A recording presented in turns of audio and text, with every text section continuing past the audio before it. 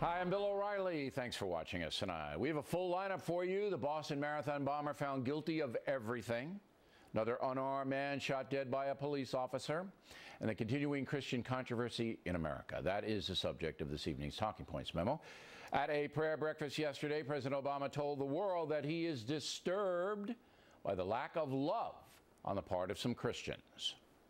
On Easter, I do reflect on the fact that as a Christian, I am supposed to love. And I have to say that sometimes when I listen to less than loving expressions by Christians, I get concerned. So today we celebrate the magnificent glory of our risen Savior. I pray that we will live up to his example. I pray that I will live up to his example. I fall short so often.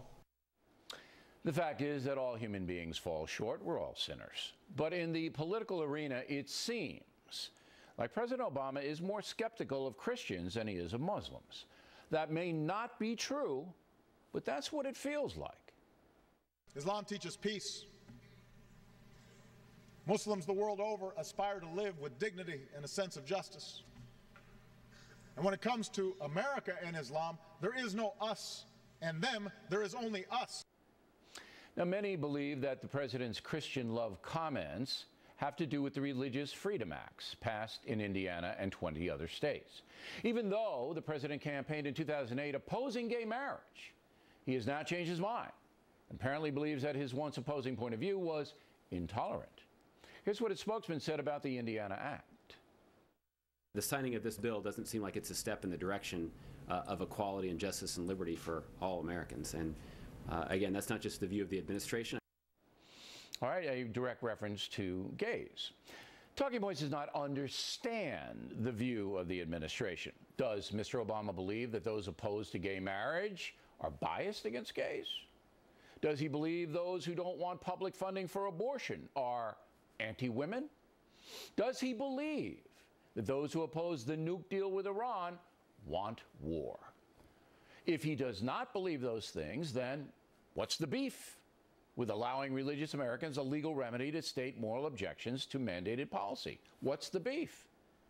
That's what these religious freedom laws are about, providing people of faith with an avenue of legal challenge. Finally, President Obama's home team, committed liberal Americans, have been the aggressors in demonizing those who oppose their vision. Perhaps the president might address that lack of love at his next prayer breakfast. And that's the memo. Now, with the top story tonight, reaction joining us. From Tulsa, Oklahoma, Dr. Everett Piper, president of Oklahoma Wesleyan University. So as you know, Doctor, I've criticized the American Christian leadership in general for failing to stand up for the flock. Am I wrong? Well, I don't think you're wrong, Mr. O'Reilly. If I could respond, I'd like to give encouragement and courage to the flock, so to speak, and the leadership of the Christian community. I think what you're doing by asking rhetorical questions is very wise and shrewd. For example, on the issue of tolerance, should the local Muslim owner of the newspaper be forced to publish Charlie Hebdo cartoons? Should the Catholic grocer be forced to sell bread and wine to the Satanist church that wants to use those elements for a mock Eucharist? In the name of tolerance, should these things be required of these other religions, these people of faith, and these people that have sincere convictions? It seems to me that forcing people to violate their conscience is more tyranny than it is of tolerance, and perhaps we should call it that. It's almost like we're saying, I cannot tolerate your intolerance and I hate you hateful people. It's like a dog chasing its tail. I get dizzy listening to this fallacious reasoning, and I think the Christian community should have confidence in calling people out with rhetorical questions that lead to the definition of these terms. Okay, but you're making a terrible mistake, Doctor. You're being logical. You're being logical. Forgive me. Yeah, you can't. Because this isn't about logic, and it's not about right or wrong. This is about pressure. And the pressure is being applied from one side only, the secular progressive side, with the full endorsement of the President of the United States, who used the prayer breakfast to imply that Christian people are not loving if they oppose taking part in a gay wedding ceremony or funding an after pill so that a fetus may be aborted after the sexual act, public funding. So you're not loving if you oppose that. That's what the president was saying. Everybody knows what he was saying. Maybe he doesn't know, but everybody else knows. So by your logic, that's wrong. But the playing field is tilted 10-1 against people of faith because the media just goes up and just rips us up. And then I'm telling the religious leaders, you got to fight back, and they are not. But the way to fight back, Mr. O'Reilly, is to define the terms. You just said the game is rigged. He who defines the terms wins the debate. He who sets the rules wins the game. We need to reclaim the definition of words. Who's For example, we, though? Who's we? The Christian community. You're on this program, but we call the National Council of Bishops, the Catholic Bishop Council, that represents all the bishops in the United States. We couldn't even get a call back from that. Well, you got me to respond, and I did, and I respect you, and I respect there were other clerics on this program. Father Jonathan Martin, a Roman Catholic priest, works for us. He's been on.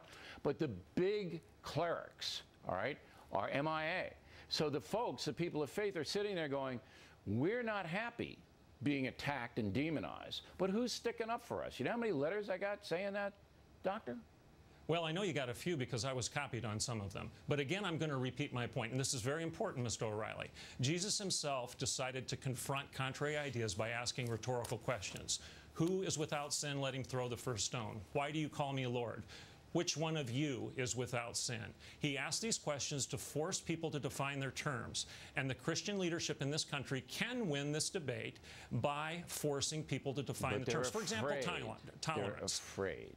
But let's stop and think about this debate over tolerance. Our president has conflated definitions again. He's caused confusion rather than brought clarity. He's equated tolerance with love and love with tolerance. On Valentine's Day, did you send your wife a card that said, honey, I really tolerate you? I surely hope not, because that would be an insult. Tolerance is nothing but saying, I don't care who you are, what you do, where you go, or what you believe. I will tolerate you. The Christian leadership can elevate this ethic, this conversation, this debate by reclaiming love.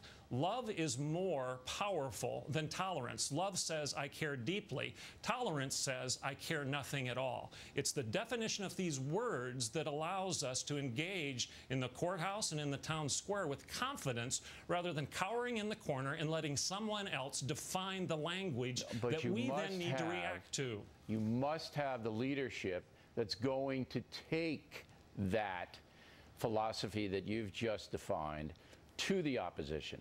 And you don't have it in America now. And that's why the secular progressives have made so many gains and have changed this country in the last 2 decades because the leadership on the faith-based side has not stood up. But we appreciate you coming in here, Doctor. Thank you very much. Very enlightening tonight. Next.